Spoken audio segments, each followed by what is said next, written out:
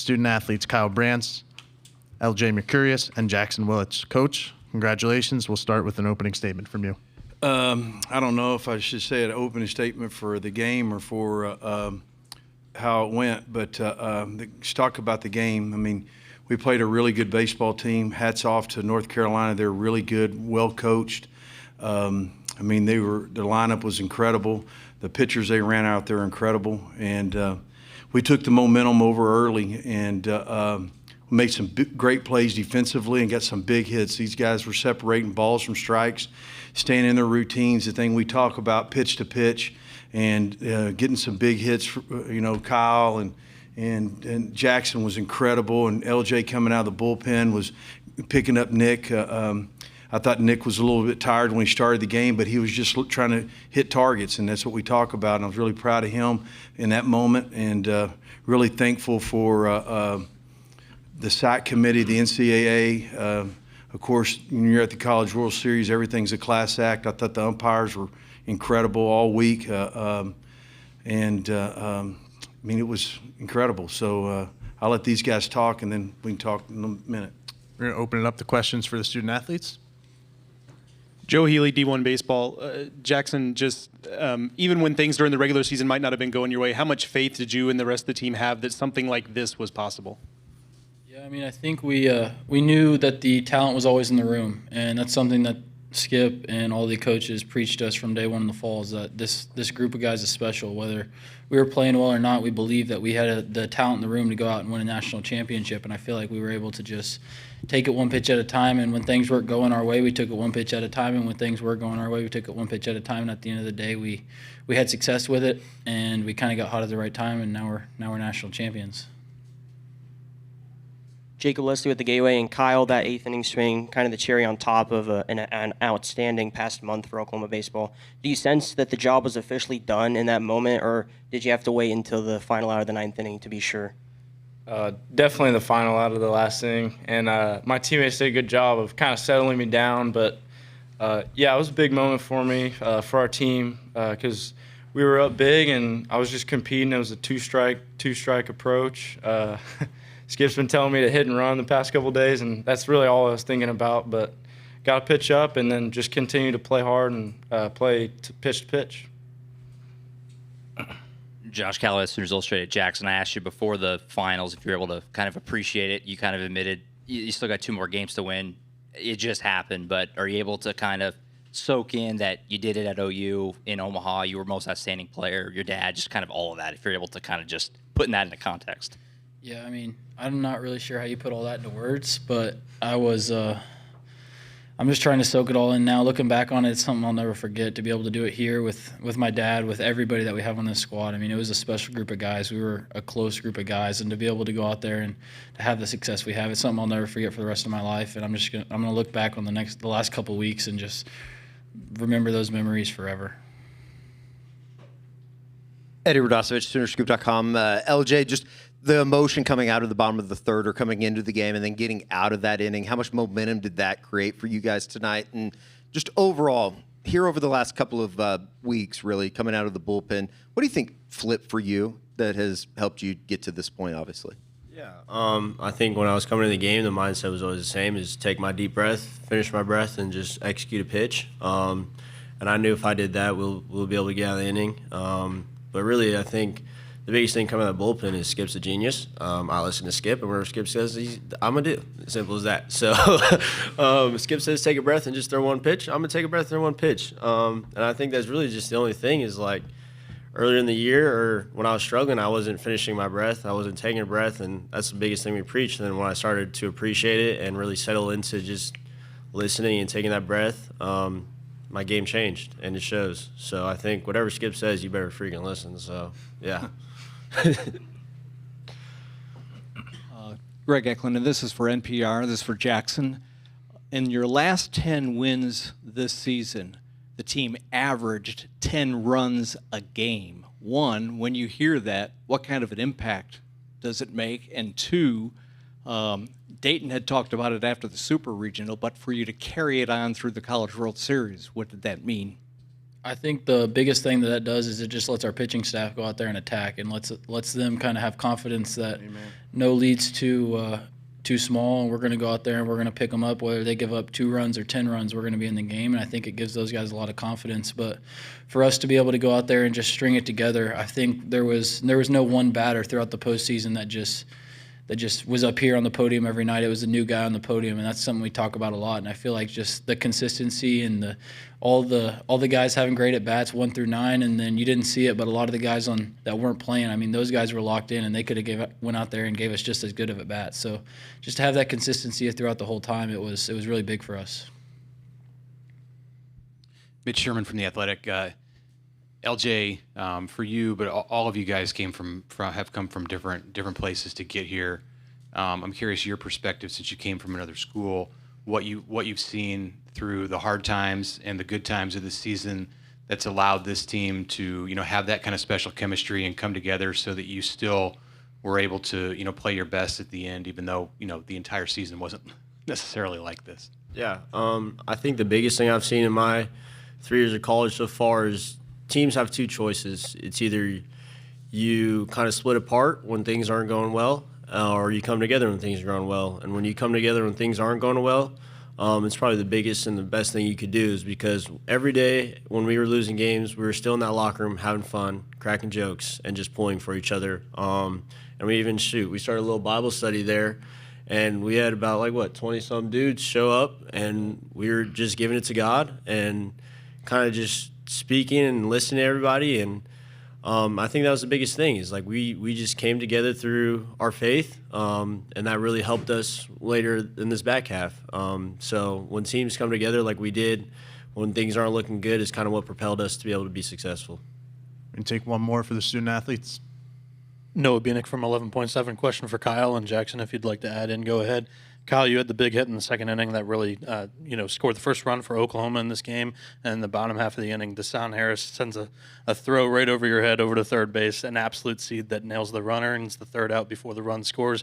Can you walk me through your point of view throughout that entire second inning? And Jackson, if you want to, go ahead too. Absolutely. So we had a couple really good at-bats before that to get guys on base, and I think I had swung and missed at one, or strike one was called, and I just went to my 2-strike approach, and like I said, skip, hit, and run. It's funny, it worked twice, but just tried to shoot a ball through the 4-hole and got a fastball, and that's exactly what I did. I just wanted to execute that and took it pitch to pitch, but that throw from Deshaun was really special, because the moment that tag was made, I looked home, and he hadn't touched home yet, and I was just like, man, that is above me. I think the whole team, the whole dugout was screaming 4, and Deshaun had the wherewithal to go 3 and just put it on the money. That was one of the best throws I've ever seen. I don't really have much else to add. I was yelling 4 too. So. LJ, Jackson, Kyle, congratulations again, and thanks for all your time this past couple guys. weeks. Thank you. Thank you guys very much. You can take these finally? You can take those. Oh, yeah.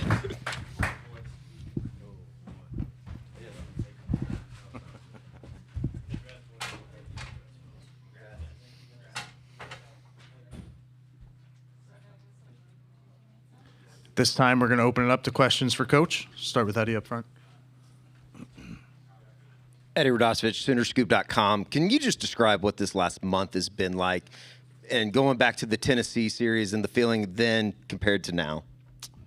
Yeah, I mean, kind of was. We played at Oklahoma City. I thought it was a good thing that we played there. Played on dirt. We're fixing to go to the conference tournament. We're going to play on dirt, even though we have a dirt field that we practice a lot on. I think that was a big deal.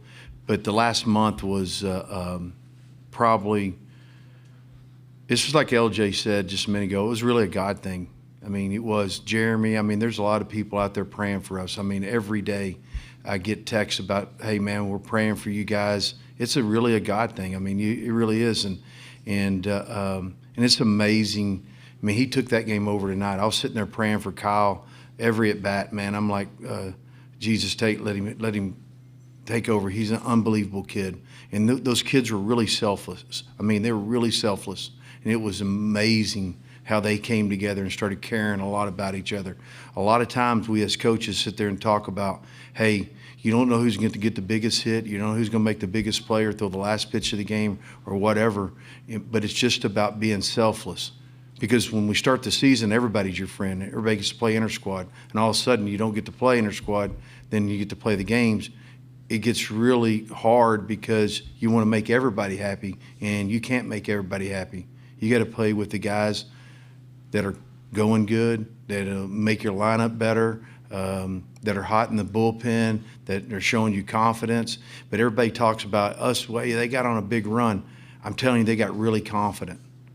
And they cared a lot about each other. They didn't want to give in. And that was what was incredible. They never gave in, and they were selfless for that. And Jackson Willits getting the MVP was really fitting because he's one of our hardest workers and he's our best leader. When you have your team with one of your best leaders as your hardest workers, and then he does that, I don't have to say much. That's called attitude, and that's what's really what it's about, having a great attitude. Noah Beanick, 11.7. Coach, you just touched on Jackson. What does the Willits family mean to you and to Oklahoma baseball? Well, they're part of my family. I mean, when we took this thing over, I got the opportunity to be the head coach at the University of Oklahoma from the administration. They're here. I wanted to be different. I wanted to be a family. We got to hire Reggie, and I said, hey, Reggie, I want your kids to be around. I want their kids to be around. That's what it's about. I want those people around. They care a lot about each other because that's what's important to me. And the Willis family was very important to me. There's no doubt. Every coach that we had did an unbelievable job all year long. I mean, they said, hey, I couldn't believe, one guy asked me, I couldn't believe those guys are getting hit. That's what you call detail and prepare from the coaches and preparing those guys and making sure they hold them accountable for the details of the game and getting comfortable. Our mental coach was incredible throughout this deal and making them stay in their routines, take a breath. I mean, it was incredible. Josh Calloway, Sooners Illustrated. Skip, just want to ask about LJ and just the week he had here and then what he had to say about, putting the complete faith in what you told him and just the way he embraced the bullpen role, how important he's been, kind of just all of it with his season and his run to late. Yeah, I mean, he started out as a starter, threw really good early, and I thought he got kind of tired. We moved him to the bullpen, and when we moved to the bullpen, he kind of bought into that. He kind of embraced that. In the course of the last 4 weeks, it was really special to watch him go through his routines, getting there. Him and Cleveland, Gavin, all those guys that were out there did a great job of picking each other up because you never know when it happens. You throw bullpens and you do all those things. You just never know when your number's called. And we threw a lot of guys out there yesterday. I think we set a record for most pitchers used in the game. I think I cut a trail to the mound. I was trying to get those guys out there just to try to get it out. And a bunch of them answered the bell. They threw really good and just didn't get it done. But tonight we had a game plan going into it. Nick went through the first time through the lineup, and when I was going to pull him, Dayton, Walk, Willits, all of them were going, he's getting out of the game. He's getting out of the game. And Taki, he's getting out of the game. When a team is player-fed instead of coach-fed, it's a lot different. I was like, all right, I'm going to give him one more chance till he gets in trouble. And then he got in trouble, and LJ picked him up. And that was special. Mitch Sherman from The Athletic. Coach, those characteristics about family and what you discussed in putting this team together and what LJ had to say about being around his team, in the offseason last year and the previous year when you gathered these players and put together this roster, how much of those things are in your mind in that situation? Because obviously there's a lot more options today when you're in the SEC in how you build a roster than there were a few years ago. So how much do you still take into account those kind of characteristics when you're building a team? We take that all the time. We ask them questions. I mean, all the time. I mean, we spend a lot of time trying to find out their character from the place they were at, or their high school coach, or their junior college coach. We watch them.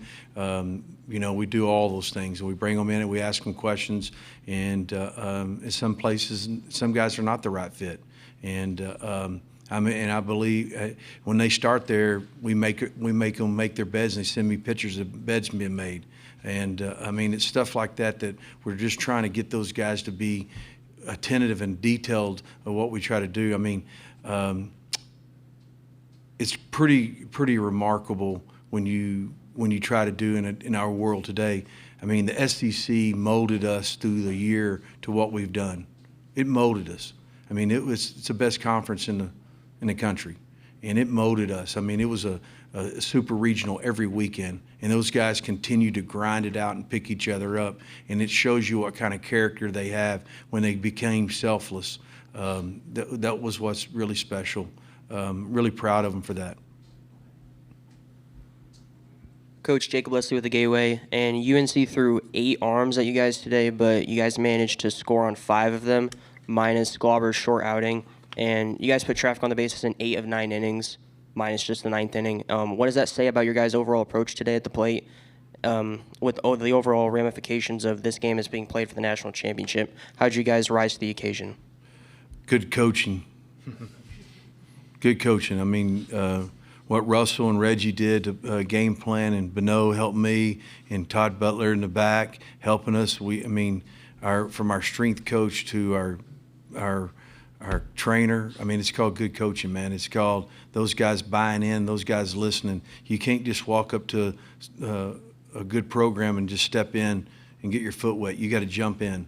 If you jump in and you buy in and you listen, I mean, that's what it's about. Our job as coaches is to get those guys to excuses and teach them something that that's going to be with them the rest of their life. And you got to show them how much you care before you show them how much you know. And that's what our coaches do. And that's living proof of it, winning the national championship. So. Lev Skotnick, WorldBaseball.com. Skip, you've spoken a lot about not knowing who's going to come up big and being selfless and all that.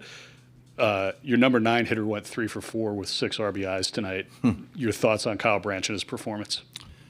That's a Jesus thing, man. I was praying hard. I'm telling you. And he. I talked to him earlier about getting on top of the plate. If we're throwing on one side of the plate or the other, take one of the side of the plate off of him. And he's an unbelievable kid. He works extremely hard, and he scuffled a little bit this year. But guys with the right attitude come up in the best moments of the game. That's what baseball does. If you keep persevering through it, you come up with the right attitude, and the game will pay you back. I don't know what it is about the game. It's the spirit of the game. It protects those guys that continue to work at it and attack it, and it exploits the guys that are afraid of it and are timid. We have time for just a couple more questions. Greg Eklund, this is for NPR. Coach, I want to pick up an analogy you used after the Super Regional when you said going to Omaha is like throwing a bunch of marbles on the table and they're all going in different directions. How did you manage to keep everything on the table once you arrived in Omaha? That's how I call and have a great chief of staff in Ryan Gaines, and deputy director Greg Tipton, and athletic director Roger Denny, and SID, all of them coming together every morning at 8:30, having a meeting, knowing exactly the plan that we have to do to make sure everybody's somewhere at a certain time. I mean, it's not me, man. I mean, believe me, I ain't the most I'm organized when it comes to deer hunting and filling deer feeders, but I ain't organized when it comes to that. I got the best guy, so I just get out of his way and let him do it. He'll call me when the time's right. Last question for Coach. Skip, John Hoover, Sooners on SI. On a night like tonight, big celebration. A lot of guys are out there telling stories, and one of them was, I guess, at Georgia Tech, maybe after the 9-run inning, the home run, the grand slam 3-run homer. There's a lot of laughing going on in the dugout. like literal laughing, like, I don't know if it's we can't believe this or isn't this fun, or what kind of laughing was it? What do you remember about that? And how did that kind of change and accelerate where you guys got to tonight? Oh, they could believe it, I promise you, because they believed it. There's no doubt about that. They wouldn't give it in. The coolest moment at Georgia Tech was when Trey Gamble talked to the team and told them, hey, we're going to get hit in the mouth. And I really think that helped the pitchers, because it says, hey, man, they can go out there and throw the ball at the target. They hit a 3-run homer, we're going to go and get 4. That's what they believed. And they believed in each other. And it's a powerful thing when you might not have the most talented team in the world, but you had the most competitive team in the world and good teammates and with the right attitude, and you can go a long ways. That marks the end of this press conference. Coach, congratulations again.